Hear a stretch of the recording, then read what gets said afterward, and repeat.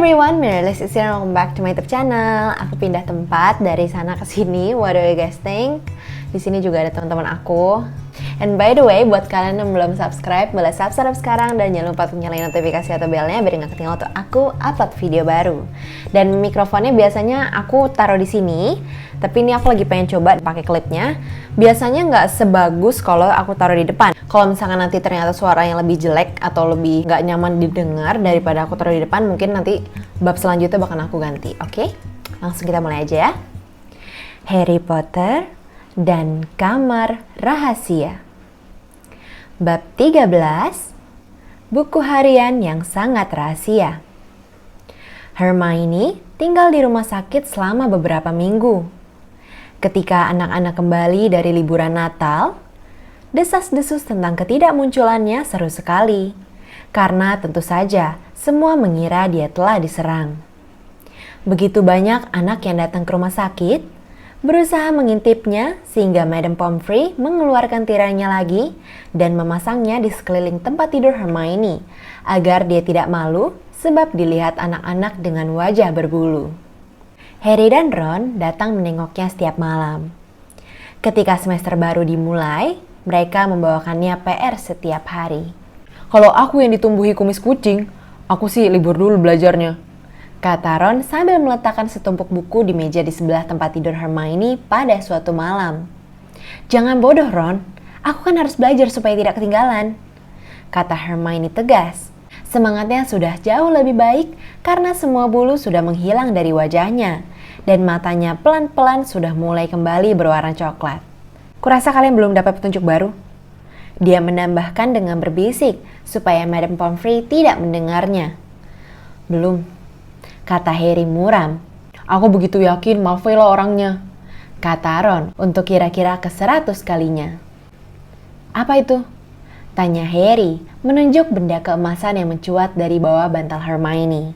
Cuma kartu ucapan semoga cepat sembuh, kata Hermione buru-buru berusaha menjejalkannya supaya tidak kelihatan.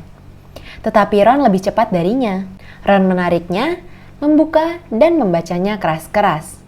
Untuk Miss Granger, semoga lekas sembuh dari gurumu yang cemas, Profesor Gilderoy Lockhart, Order of Merlin kelas 3, anggota kehormatan Liga Pertahanan Terhadap Ilmu Hitam, dan 5 kali memenangkan kontes senyum paling menawan Witch Weekly. Ron mendongak, menatap Hermione jijik. Kau tidur dengan kartu ini di bawah bantalmu? Tetapi Hermione tak perlu menjawab. Diselamatkan oleh kedatangan Madame Pomfrey yang membawakan obatnya untuk malam itu. Si Lockhart ini cowok penjilat yang paling memuja diri sendiri atau bagaimana sih? Kata Ron kepada Harry ketika mereka meninggalkan kamar Hermione dan menaiki tangga menuju menara Gryffindor. Saking banyak PR yang diberikan Snape, sampai-sampai Harry berpikir baru akan bisa menyelesaikannya kalau dia sudah kelas 6. Ron baru saja berkata dia menyesal tidak bertanya kepada Hermione berapa buntut tikus yang harus ditambahkan ke dalam ramuan pendiri bulu kuduk ketika terdengar teriakan marah dari lantai di atas mereka. Si Filch, gumam Harry ketika mereka bergegas menaiki tangga dan berhenti, menyembunyikan diri, memasang telinga tajam-tajam. Apakah ada anak lain yang baru diserang? Kata Ron tegang. Mereka berdiri diam, kepala mereka condong ke arah suara Filch yang kedengarannya histeris. Lebih banyak lagi pekerjaan untukku. Mengepel sepanjang malam seperti aku tak punya cukup pekerjaan saja. Tidak, ini sudah kelewatan. Aku akan ke Dumbledore. Langkah-langkah Filch menjauh dan mereka mendengar pintu ditutup keras-keras di kejauhan. Mereka menjulurkan kepala. Filch jelas baru saja berpatroli di tempat ia biasa berjaga. Mereka sekali lagi berada di tempat Nyonya Norris diserang. Dengan tatapan sekilas mereka sudah melihat apa yang membuat Filch berteriak-teriak. Genangan air membasahi sampai setengah koridor dan kelihatannya air masih merembes dari bawah pintu toilet Myrtle merana. Sekarang setelah Filch berhenti berteriak-teriak, mereka bisa mendengar tangisan Myrtle bergaung dari dinding-dinding toilet. Kenapa lagi tuh dia? Tanya Ron. Ayo kita lihat, kata Harry. Dan seraya mengangkat jubah sampai ke atas mata kaki, mereka menginjak genangan air menuju pintu yang bertulisan rusak, mengabaikannya seperti biasa dan masuk. Myrtle merana sedang menangis. Kalau ini mungkin, lebih keras dan lebih seru daripada biasanya. Kelihatannya dia bersembunyi di dalam klosetnya yang biasa. Toilet itu gelap karena lilinnya padam, terkena siraman air yang telah membuat dinding dan lantai basah kuyup. "Ada apa, Myrtle?" tanya Harry. "Siapa itu?" kata Myrtle sedih. "Mau melempar benda lain padaku." Harry berjalan melintasi air ke biliknya dan berkata, "Kenapa aku mau melempar sesuatu padamu?" "Jangan tanya aku," teriak Myrtle, muncul dengan luapan air yang tercurah ke lantai yang sudah basah kuyup. "Aku di sini terus, tak pernah mengganggu orang lain, dan ada orang yang menganggapku lucu melemparku dengan buku." "Tapi kau kan tidak sakit kalau ada yang melemparmu dengan sesuatu," kata Harry tenang. "Maksudku, benda itu akan langsung menembusmu kan?" Dia telah mengucapkan hal yang salah.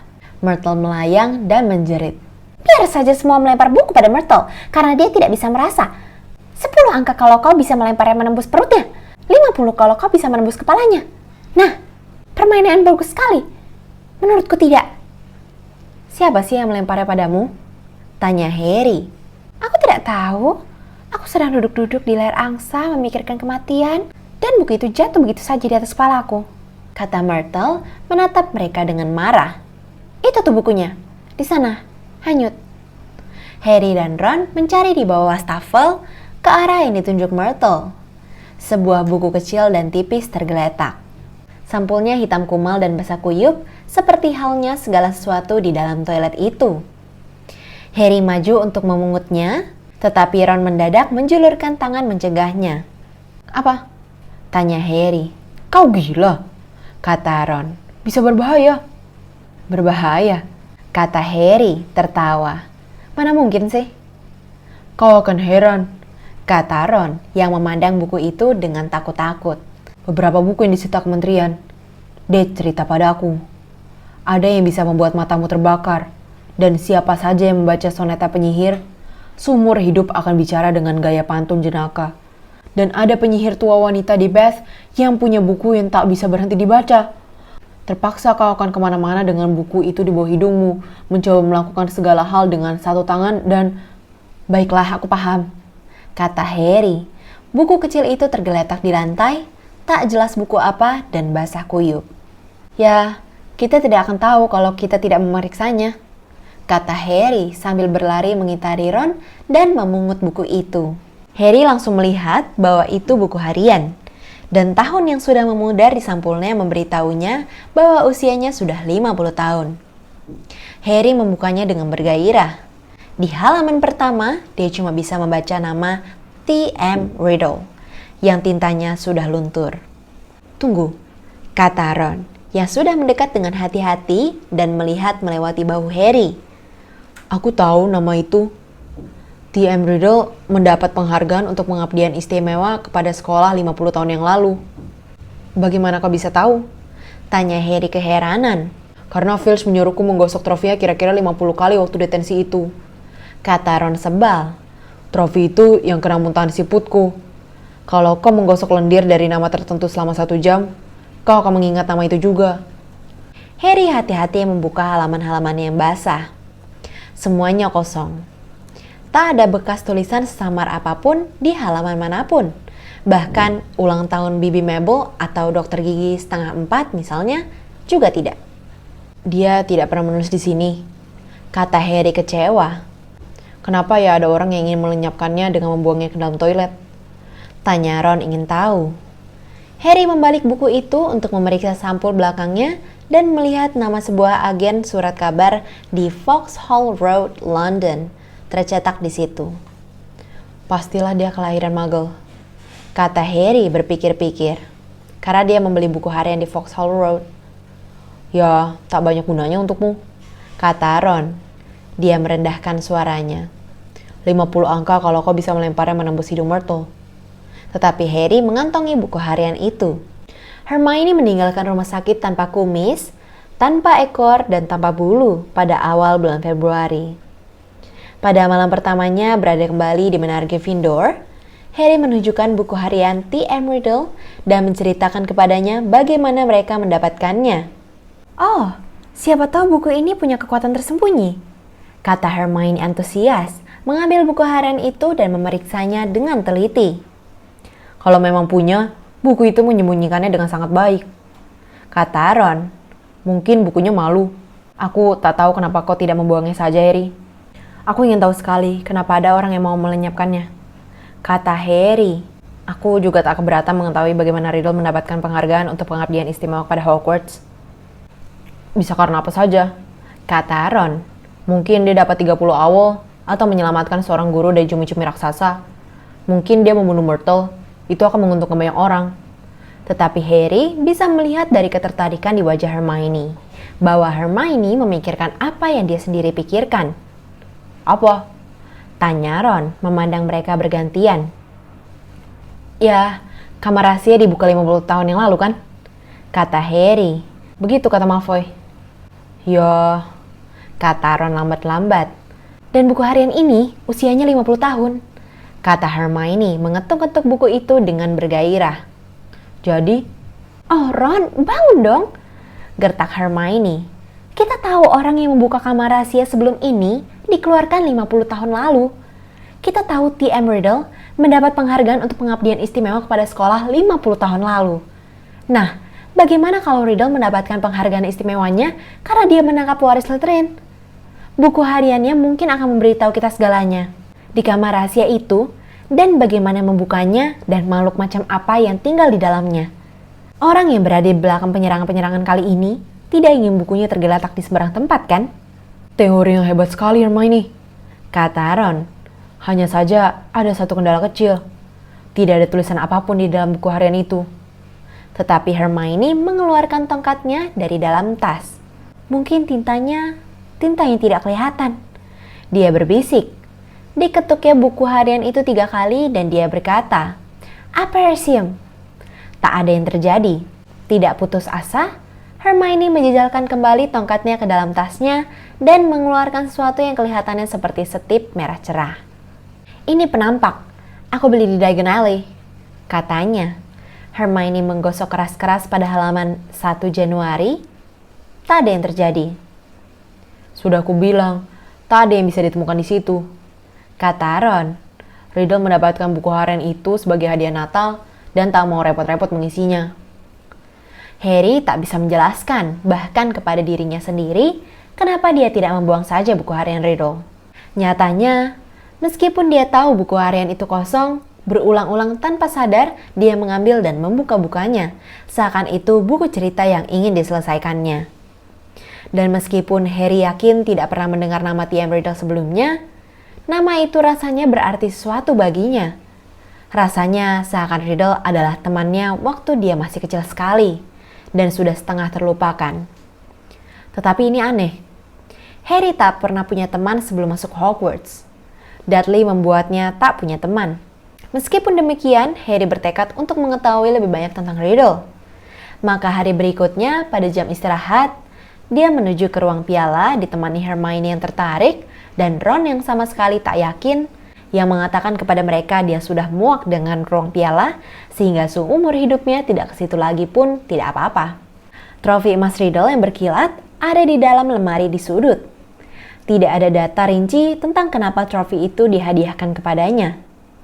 Bagus, kalau ada datanya, trofinya pasti lebih besar dan aku masih menggosoknya, kata Ron.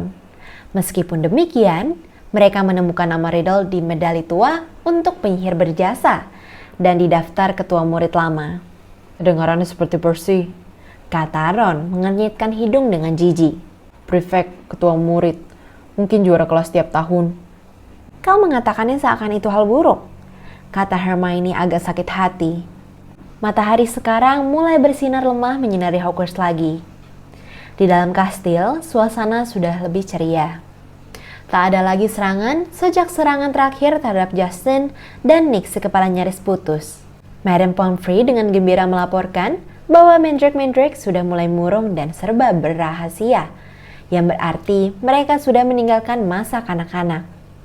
Begitu jerawat mereka menghilang, mereka akan siap untuk ganti pot lagi. Harry mendengarnya memberitahu Filch dengan lembut suatu sore. Dan sesudah itu, tak lama lagi kita akan bisa memotong dan merebusnya. Kau akan segera mendapatkan kembali Nyonya Norismu. Mungkin si pewaris Slytherin sudah kehilangan nyali. pikir Harry. Pastilah resiko membuka kamar rahasia semakin lama semakin besar, dengan seluruh sekolah waspada dan curiga. Mungkin monsternya, entah apa bentuknya, sekarang bahkan sudah siap-siap tidur lagi untuk 50 tahun mendatang. Ernie Macmillan dari Hufflepuff tidak berpandangan seceria itu. Dia masih yakin bahwa Harry lah yang bersalah, bahwa Harry telah membocorkan rahasia dirinya di klub duel. Peeves tidak membantu. Dia bolak-balik muncul di koridor-koridor sambil bernyanyi-nyanyi. Oh Harry, kau keji. Sekarang malah sambil menari-nari. Gilderoy Lockhart tampaknya berpikir, dialah orang yang membuat serangan-serangan itu berhenti. Harry mendengarnya memberitahu Profesor McGonagall ketika anak-anak Gryffindor yang sedang berbaris untuk mengikuti pelajaran transfigurasi. Kurasa tak akan ada kesulitan lagi, Minerva, katanya, mengetuk-ngetuk hidungnya sok tahu dan mengedip. Kurasa kamar rahasia sudah dikunci untuk selamanya kali ini. Pelakunya pastilah tahu. Tinggal soal waktu saja sebelum aku menangkap mereka. Agak pintar juga berhenti sekarang, sebelum aku mengajar mereka. Kau tahu, yang diperlukan sekolah sekarang adalah pengobar semangat. Mengguyur kenangan buruk semester lalu. Aku tak akan ngomong banyak soal itu sekarang. Tapi kurasa aku tahu apa yang bisa membuat anak-anak lebih bergairah. Dia mengetuk hidungnya lagi dan pergi. Ide Lockhart tetap pengobar semangat menjadi jelas pada waktu sarapan tanggal 14 Februari. Harry hanya sempat tidur sebentar karena malamnya dia latihan Quidditch sampai larut. Dan dia bergegas turun ke aula besar. Ia sudah agak terlambat. Sesaat dia mengira dirinya salah masuk. Dinding-dinding dipenuhi bunga-bunga merah jampu besar norak. Yang lebih parah lagi, konfeti berbentuk hati berjatuhan dari langit-langit biru pucat. Harry berjalan ke meja Gryffindor. Ron tampak sebal dan Hermione kelihatannya agak geli. Ada apa ini? Harry menanyai mereka, duduk dan menyapu konfeti dari daging asapnya. Ron menunjuk ke meja guru, rupanya terlalu sebal untuk bicara. Lockhart memakai jubah merah jambu norak sesuai warna dekorasi, melambaikan tangan agar anak-anak diam. Wajah guru-guru di kanan kirinya bagai dipahat dari batu. Dari tempat duduknya, Harry bisa melihat ada otot yang berkedut di pipi Profesor McGonagall. Snape kelihatan seakan baru saja dipaksa meminum semangkuk besar Skele-Gro. Selamat Hari Valentine! Lockhart berteriak. Dan izinkan aku mengucapkan terima kasih pada 46 orang yang sejauh ini sudah mengirimiku kartu. Ya, aku berinisiatif mengatur kejutan kecil ini untuk kalian semua. Dan kejutan ini belum berakhir di sini. Lockhart menepukkan tangan dan dari pintu-pintu yang menghadap ke aula depan, masuklah selusin kurcaci bertampang masam. Bukan sembarang kurcaci tapi. Lockhart membuat mereka semua memakai sayap keemasan dan membawa harpa. Cupid penghantar kartuku yang ramah, kata Lockhart berseri-seri. Mereka akan berkeliling sekolah hari ini, mengantar kartu Valentine kalian. Dan kegembiraan tidak berakhir di sini. Aku yakin kolega-kolegaku juga ingin bergabung dalam suasana penuh cinta ini. Kenapa tidak meminta Profesor Snape untuk mengajar kalian membuat ramuan cinta? Dan ngomong-ngomong soal cinta, Profesor Flitwick tahu lebih banyak tentang jimat pemikat dari penyihir manapun yang pernah kutemui. Si licik ini. Profesor Flitwick membenamkan wajah di dalam tangannya. Tampang Snape seperti mau mengatakan orang pertama yang memintanya membuat ramuan cinta akan dicekoki racun. Hermione, mudah-mudahan kau bukan salah satu dari 46 itu, kata Ron. Sementara mereka meninggalkan aula besar untuk pelajaran pertama mereka. Hermione mendadak menjadi sangat sibuk untuk mencari-cari daftar pelajaran di dalam tasnya dan tidak menjawab. Sepanjang hari itu, para kurcaci tak henti-hentinya bermunculan di kelas untuk mengantar kartu Valentine, sampai guru-guru menjadi jengkel sekali. Dan sorenya, ketika anak-anak Gryffindor sedang naik untuk pelajaran jimat dan guna-guna, salah satu kurcaci mengejar Harry. "Oi kau, Harry Potter!" seru kurcaci berwajah sangat murung, menyodok-nyodok anak-anak untuk bisa mendekati Harry. Dengan wajah terasa amat panas memikirkan dia akan diberi kartu Valentine di depan serombongan anak kelas 1 termasuk Ginny Weasley, Harry berusaha menghindar. Si kurcaci memotong jalannya dengan cara menabrak-nabrak tulang kering anak-anak dan berhasil menghadangnya sebelum Harry bisa maju 2 langkah. "Ada pesan musikal yang harus kusampaikan sendiri kepada Harry Potter," katanya, seraya memetik harpanya dengan gaya mengancam. "Tidak di sini," desis Harry berusaha kabur. "Diam dulu," gerutu si kurcaci menyambar tas Harry dan menariknya. "Lepaskan aku!" bentak Harry balas menarik. Dengan bunyi cabikan keras, tasnya robek jadi dua. Buku-bukunya, tongkat, perkamen, dan pena bulu bertebaran di lantai dan botol tintanya jatuh di atasnya. Tintanya muncrat kemana-mana. Harry berjongkok gelagapan, berusaha mengumpulkan semuanya sebelum si kurcaci mulai menyanyi, menyebabkan kemacetan di koridor. Ada apa sih ini? Terdengar suara dingin Draco Malfoy. Harry cepat-cepat menjejalkan semuanya ke dalam tasnya yang robek. Ingin sekali menjauh sebelum Malfoy bisa mendengar lagu Valentine-nya. Ribut-ribut apa ini? Kata suara lain yang tak asing ketika Percy Weasley tiba. Panik, Harry berusaha lari, tetapi si kurcaci menyambar lututnya, membuatnya jatuh terjerembab ke lantai. Baiklah, katanya sambil duduk di atas pergelangan kaki Harry. Ini lagu Valentine-mu. Matanya si hijau acar kodok segar, rambutnya si hitam papan tulis. Ingin sekali aku memilikinya, dia sungguh luar biasa, pahlawan yang mengalahkan pangeran kegelapan. Harry bersedia memberikan seluruh emas di Gringotts jika dia bisa menghilang di tempat saat itu juga. Memaksa diri ikut tertawa bersama yang lain, Harry bangkit. Kakinya kebasah habis diduduki kurcaci yang berat itu. Sementara itu, Percy berusaha sebisa mungkin membubarkan kerumunan anak-anak yang beberapa di antaranya tertawa sampai keluar air mata. Bubar. Bel sudah bunyi 5 menit yang lalu. Ke kelas sekarang. Katanya menyuruh pergi anak-anak kelas 1. Dan kau, Malfoy. Harry mengerling melihat Malfoy membungkuk dan menyambar sesuatu. Sambil menyeringai, dia menunjukkannya kepada Crabbe dan Goyle dan Harry sadar dia mengambil buku harian Riddle.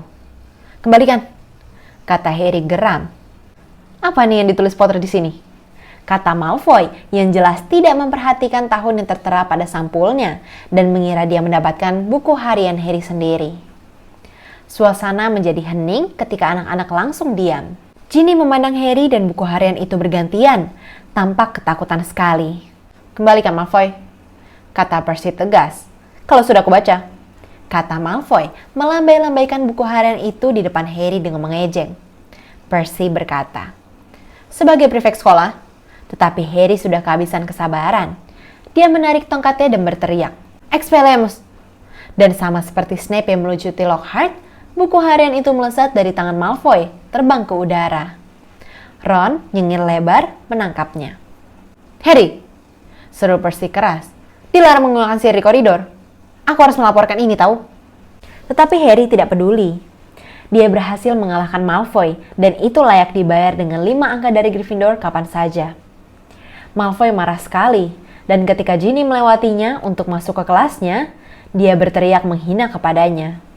Menurutku Potter sama sekali tidak menyukai Valentine-mu. Ginny menutupi wajahnya dengan tangannya dan berlari ke kelas. Geram, Ron mencabut tongkatnya juga, tetapi Harry menariknya menjauh. Ron tak perlu menghabiskan jam pelajaran jimat dan guna-guna dengan bersendawa memuntahkan siput. Baru setelah mereka tiba di kelas Profesor Flitwick, Harry menyadari ada yang aneh dengan buku harian Riddle. Semua bukunya yang lain basah kecipratan tinta merah, tetapi buku harian itu sama bersihnya seperti sebelum botol tinta menjatuhinya. Dia mencoba memberitahukan ini kepada Ron, tetapi Ron mendapat kesulitan lagi dengan tongkatnya. Gelembung-gelembung besar ungu bermunculan dari ujungnya dan Ron tidak begitu tertarik pada hal lain. Harry masuk kamar sebelum anak-anak lain malam ini. Sebagian karena dia tak tahan mendengar Fred dan George sekali lagi menyanyikan matanya si hijau acar kodok segar. Dan sebagian lagi karena dia ingin memeriksa buku harian Riddle lagi. Dan dia tahu menurut Ron dia cuma membuang-buang waktu saja. Harry duduk di tempat tidurnya dan membuka-buka halaman buku harian yang kosong. Tak satu pun yang ada noda tintanya. Kemudian dia mengeluarkan botol tinta baru dari lemari di sebelah tempat tidurnya, mencelupkan pena bulu ke dalamnya, dan menjatuhkan 1 tetes ke halaman pertama buku itu. Tintanya berkilau terang di atas kertas selama sedetik, dan kemudian seakan dihisap ke dalam halaman itu, menghilang. Tegang, Harry mencelupkan pena bulunya untuk kedua kalinya dan menulis, "Namaku Harry Potter." Kata-kata itu berkilau sejenak di halaman itu, lalu menghilang tanpa bekas juga. Kemudian akhirnya ada yang terjadi. Muncul di halaman itu dalam tintanya sendiri, rangkaian kata yang tak pernah ditulis Harry. Halo Harry Potter, nama aku Tom Riddle. Bagaimana kau bisa mendapatkan buku harianku? Kata-kata itu juga mengabur dan hilang, tetapi Harry sudah sempat menulis balik. Ada yang membuangnya di toilet. Dia mendukung tanggapan Riddle dengan bergairah. Untung saja aku mencatat kenanganku dengan cara yang lebih bertahan daripada tinta. Tapi dari dulu aku tahu, akan ada orang-orang yang tidak menginginkan buku harian ini dibaca. Apa maksudmu? Harry menulis, tintanya sampai menetes saking tegangnya dia. Maksudku, buku harian ini menyimpan kenangan akan peristiwa-peristiwa mengerikan. Peristiwa-peristiwa yang disembunyikan. Peristiwa-peristiwa yang terjadi di sekolah sihir Hogwarts ini. Disitulah aku sekarang. Harry cepat-cepat menulis, aku di Hogwarts, dan akhir-akhir ini terjadi peristiwa-peristiwa mengerikan. Apakah kau tahu sesuatu tentang kamar rahasia? Jantung Harry berdegup kencang. Jawaban Riddle muncul, tulisannya makin tidak rapi, seakan dia terburu-buru ingin menceritakan segala hal yang diketahuinya. Tentu saja aku tahu tentang kamar rahasia. Pada zamanku bersekolah, mereka mengatakan itu cuma legenda, bahwa kamar itu tidak ada. Tetapi itu bohong. Dalam tahun kelimaku, kamar itu dibuka dan monsternya menyerang beberapa murid. Akhirnya malah membunuh satu di antaranya. Aku menangkap orang yang membuka kamar rahasia itu dan dia dikeluarkan. Tetapi kepala sekolah, Profesor Dippet, yang malu karena hal itu terjadi di Hogwarts, melarangku menceritakan yang sebenarnya. Cerita yang dikeluarkan adalah anak perempuan itu meninggal dalam kecelakaan yang aneh. Mereka memberiku trofi bagus, berkilau dan berukir, dan memperingatkan aku untuk tutup mulut. Tetapi aku tahu peristiwa semacam itu bisa terjadi lagi. Monster itu masih hidup, dan orang yang punya kekuasaan untuk melepaskannya tidak dipenjarakan. Harry nyaris saja menyenggol botol tintanya dalam ketergesaannya untuk menulis balik. Sekarang sedang terjadi lagi. Sudah 3 kali ada serangan dan tampaknya tak seorang pun tahu siapa yang ada di belakangnya. Siapa dalang serangan-serangannya dulu? Aku bisa menunjukkannya padamu. Muncul jawaban Riddle. Kau tak perlu sekedar mempercayai kata-kataku. Aku bisa membawamu ke dalam kenanganku pada malam aku menangkapnya. Harry ragu-ragu. Pena bulunya terangkat di atas buku harian itu. Apa maksud Riddle? Bagaimana dia bisa dibawa masuk ke dalam kenangan orang lain? Cemas dia mengerling ke pintu kamar, ke asrama yang sekarang sudah gelap. Ketika dia kembali memandang buku harian, dilihatnya kata-kata baru yang sedang terbentuk. Ayo, kutunjukkan padamu. Harry berpikir sebentar dan kemudian menulis 3 huruf. Oke. Halaman-halaman buku harian itu mulai membuka cepat seakan tertiup angin kencang, berhenti di tengah-tengah pada bulan Juni. Dengan mulut ternganga, Harry melihat kotak kecil untuk tanggal 13 Juni berubah menjadi layar televisi mini. Dengan tangan sedikit gemetar, diangkatnya buku itu untuk mendekatkan matanya ke layar kecil itu dan sebelum sadar apa yang terjadi, dia terhuyung ke depan. Layar itu membesar. Dia merasakan tubuhnya meninggalkan tempat tidur dan terperosok. Kepalanya lebih dulu, lewat lubang di halaman itu, ke dalam pusaran warna dan bayang-bayang.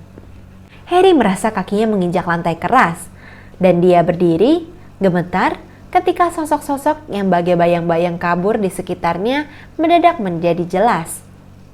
Dia langsung tahu berada di mana. Ruang bundar dengan lukisan-lukisan yang sedang tidur ini adalah kantor Dumbledore. Tetapi bukan Dumbledore yang duduk di belakang meja. Seorang penyihir tua yang tampak ringkih, berkepala botak dengan hanya beberapa helai rambut putih, sedang membaca surat diterangi cahaya lilin. Harry belum pernah melihat pria ini. Maaf, katanya gemetar. Saya tidak bermaksud mengganggu, tetapi si penyihir tidak mendongak. Dia terus saja membaca, mengernyit sedikit. Harry mendekat ke mejanya dan berkata gugup, saya pergi saja ya. Masih saja si penyihir tidak mengacuhkannya. Kelihatannya malah dia tidak mendengarnya. Mengira mungkin si penyihir tuli, Harry mengeraskan suaranya. Maaf mengganggu Anda, saya akan pergi sekarang, katanya setengah berteriak. Si penyihir melipat surat itu seraya menghela napas, bangkit, berjalan melewati Harry tanpa meliriknya dan menarik terbuka gorden jendelanya. Langit di luar merah jingga. Rupanya matahari sedang terbenam. Si penyihir berjalan kembali ke mejanya, duduk dan memutar-mutar ibu jarinya memandang pintu. Harry memandang berkeliling ruangan itu. Tak ada Fawkes si burung phoenix, tak ada peralatan perak yang berputar. Ini Hogwarts pada zaman Riddle. Berarti penyihir tak dikenal itu adalah kepala sekolahnya, bukan Dumbledore. Dan dia, Harry, tak lebih dari bayangan, sama sekali tak kelihatan bagi orang-orang dari 50 tahun lalu. Terdengar ketukan di pintu kantor. "Masuk," kata si penyihir tua dengan suara lemah. Seorang anak laki-laki kira-kira berusia 16 tahun masuk, mencopot topi kerucutnya. Lencana prefek perak berkilauan di dadanya. Dia jauh lebih jangkung daripada Harry, tetapi dia juga berambut hitam legam. "Ah, Riddle," kata si kepala sekolah. "Anda ingin menemui saya, Profesor Dippet?" kata Riddle kelihatan gugup. "Duduklah," kata Dippet. "Aku baru saja membaca surat yang kau kirimkan kepadaku." "Oh," kata Riddle. Dia duduk, kedua tangannya saling mencengkram erat-erat. "Nah," kata Dippet lembut, "aku tak mungkin mengizinkanmu tinggal di sekolah selama musim panas. Tentunya kau ingin pulang berlibur." "Tidak," kata Riddle segera. "Saya lebih suka tinggal di Hogwarts daripada pulang ke... Kau tinggal di panti asuhan Muggle selama liburan, kan?" kata Dippet ingin tahu. "Yes, sir," kata Riddle, wajahnya agak memerah. "Kau kelahiran Muggle?" "Setengah-setengah, sir," kata Riddle. "Ayah Muggle, ibu penyihir." "Dan kedua orang tuamu?" "Ibu saya meninggal setelah melahirkan saya, sir. Orang-orang di panti asuhan memberitahu saya, dia cuma hidup cukup lama untuk memberi saya nama. Tom sesuai nama ayah saya, Marvolo sesuai nama kakek saya." Dippet mendecak lidah bersimpati. "Masalahnya, Tom," dia menghela napas, "sebetulnya kami bisa mengatur secara khusus untukmu. Tetapi dalam situasi seperti sekarang ini..." "Maksud Anda semua serangan itu, sir?" kata Riddle, dan hati Harry mencelos. Dia mendekat, takut ada yang ketinggalan tidak didengarnya. "Persis," kata si kepala sekolah. "Nah, kau pasti sadar betapa bodohnya aku kalau mengizinkanmu tinggal di kastil setelah tahun ajaran berakhir. Terutama kalau mengingat tragedi yang baru saja terjadi, kematian anak perempuan yang malang itu. Kau akan jauh lebih aman di panti asuhanmu. Terus terang saja, Kementerian Sihir sekarang bahkan sedang membicarakan kemungkinan menutup sekolah ini. Kita tak mendapat kemajuan menemukan sumber semua ketidaknyamanan ini." Mata Riddle membesar. "Sir, kalau orang itu tertangkap, kalau semua ini dihentikan, apa maksudmu?" kata Dippet. Suaranya sedikit melengking. Dia duduk tegak di kursinya. "Riddle, apakah maksudmu kau tahu sesuatu tentang serangan-serangan ini?" "Tidak, sir," kata Riddle buru-buru, tapi Harry yakin itu model tidak yang sama seperti dia sendiri katakan kepada Dumbledore. Dippet terenyak kembali di kursinya, kelihatan agak kecewa. "Kau boleh pergi, Tom." Riddle bangkit dari kursinya dan keluar dari ruangan. Harry mengikutinya. Mereka menuruni tangga spiral, muncul di sebelah gargoyle di koridor gelap. Riddle berhenti, begitu juga Harry yang mengawasinya. Harry melihat bahwa Riddle sedang berpikir serius. Dia menggigit-gigit bibirnya, dahinya berkerut. Kemudian, seakan mendadak telah mengambil keputusan, Riddle bergegas pergi. Harry membututinya tanpa suara. Mereka tidak bertemu orang lain sampai tiba di aula depan ketika seorang penyihir pria jangkung berambut pirang panjang dan berjenggot juga pirang panjang memanggil Riddle di tangga pualam. "Mau apa kau berkeliaran selarut ini, Tom?" Harry ternganga memandang penyihir itu. Dia tak lain dan tak bukan adalah Dumbledore yang 50 tahun lalu lebih muda. "Saya baru dipanggil kepala sekolah, sir," kata Riddle. "Nah, segeralah kembali ke kamarmu," kata Dumbledore, memandang Riddle dengan tatapan tajam yang sangat dikenal Harry. "Sebaiknya jangan berkeliaran di koridor hari ini, apalagi sejak..." Dumbledore menarik napas berat, mengucapkan selamat tidur kepada Riddle dan pergi. Riddle menunggunya lenyap dari pandangan dan kemudian bergerak cepat menuruni tangga batu menuju ke ruang bawah tanah. Harry mengejarnya. Tapi betapa kecewanya Harry, Riddle tidak membawanya ke lorong tersembunyi atau terowongan rahasia, melainkan ke ruang bawah tanah yang digunakan Harry untuk pelajaran ramuan dengan Snape. Obor-obor belum dinyalakan, dan ketika Riddle menutup pintunya sampai hampir rapat, Harry hanya bisa melihat Riddle berdiri tegak di sisi pintu, memandang lorong di luar. Bagi Harry, rasanya mereka berada di situ paling sedikit 1 jam. Yang bisa dilihatnya hanyalah sosok Riddle di pintu, memandang keluar lewat celah, menunggu seperti patung. Dan ketika Harry sudah berhenti berharap dan tegang, dan mulai ingin kembali ke masa kini, dia mendengar sesuatu bergerak di luar. Ada yang merayap sepanjang lorong. Dia mendengar entah siapa orangnya melewati ruang bawah tanah tempat dia dan Riddle bersembunyi. Riddle, diam bagai bayangan, menyelinap keluar dari pintu dan membuntutinya. Harry berjingkat di belakangnya, lupa bahwa dia tak bisa didengar. Selama kira-kira 5 menit mereka mengikuti langkah kaki itu sampai Riddle mendadak berhenti, kepalanya condong ke arah suara-suara baru. Harry mendengar bunyi pintu berdiri terbuka dan kemudian ada yang berbisik serak. "Ayo, harus bawa kau keluar dari sini. Ayolah, masuk kotak ini." Harry rasanya kenal suara itu. Riddle tiba-tiba meloncat dari sudut tempatnya mengintai. Harry melangkah di belakangnya. Dia melihat siluet seorang anak laki-laki tinggi besar sedang berjongkok di depan pintu raksasa. Sebuah kotak yang sangat besar di sebelahnya. "Malam Rebis," kata Riddle tajam. Anak itu membanting pintu sampai tertutup dan bangkit. "Ngapain kau di bawah sini, Tom?" Riddle mendekat. "Sudah selesai," katanya. "Aku akan melaporkan Morbius. Mereka sudah membicarakan kemungkinan menutup Hogwarts jika serangan-serangan tidak berhenti." "Apa maksud? Kurasa kau tidak bermaksud membunuh siapa-siapa. Tapi monster bukanlah binatang piaraan yang baik.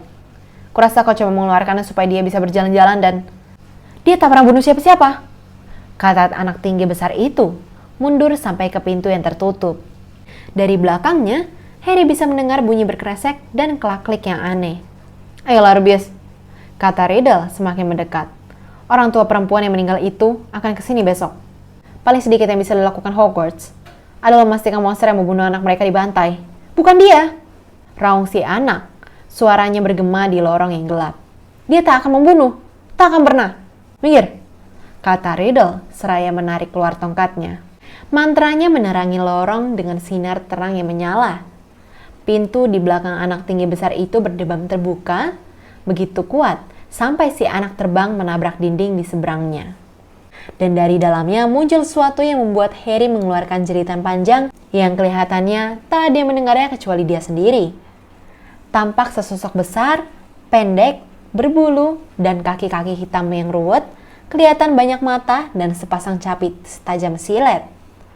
Riddle mengangkat tongkatnya lagi, tetapi terlambat. Makhluk itu menabraknya sampai terjengkang ketika dia lari, menyusuri lorong dan menghilang dari pandangan. Riddle terhuyung bangun mengejarnya. Dia mengangkat tongkatnya, tetapi anak tinggi besar itu melompat menerjangnya, merebut tongkatnya, dan membantingnya ke lantai sambil berteriak, "Jangan!" Pemandangan ini berputar, segalanya menjadi gelap pekat. Harry merasa dirinya terjatuh dengan bunyi berdebum, mendarat terlentang di atas tempat tidurnya di kamar asrama Gryffindor. Buku harian Riddle tergeletak terbuka di atas perutnya. Sebelum dia sempat mengatur nafasnya, pintu kamar terbuka dan Ron masuk. "Kau di sini rupanya," katanya. Harry duduk, dia berkeringat dan gemetar. "Ada apa?" tanya Ron, memandangnya dengan cemas. "Hagrid, Ron. Hagrid telah membuka kamar rahasia 50 tahun yang lalu." Selesai. Terima kasih yang udah nonton nih guys. Jangan lupa like, comment, dan subscribe, dan share ke teman-teman kalian yang belum tahu channel ini supaya channel ini semakin berkembang dan semakin banyak orang yang tahu tentang cerita Harry Potter versi bukunya dan semakin banyak Potterhead Indonesia. And I'll see you guys next video. Bye bye. Melenyapkan penyerangan ini. Hijau acar kod. I can't. Acar kodok. I can't. It's hard. Tertawa sampai keluar air mata. Sama anjir, itu lucu banget. It's hard.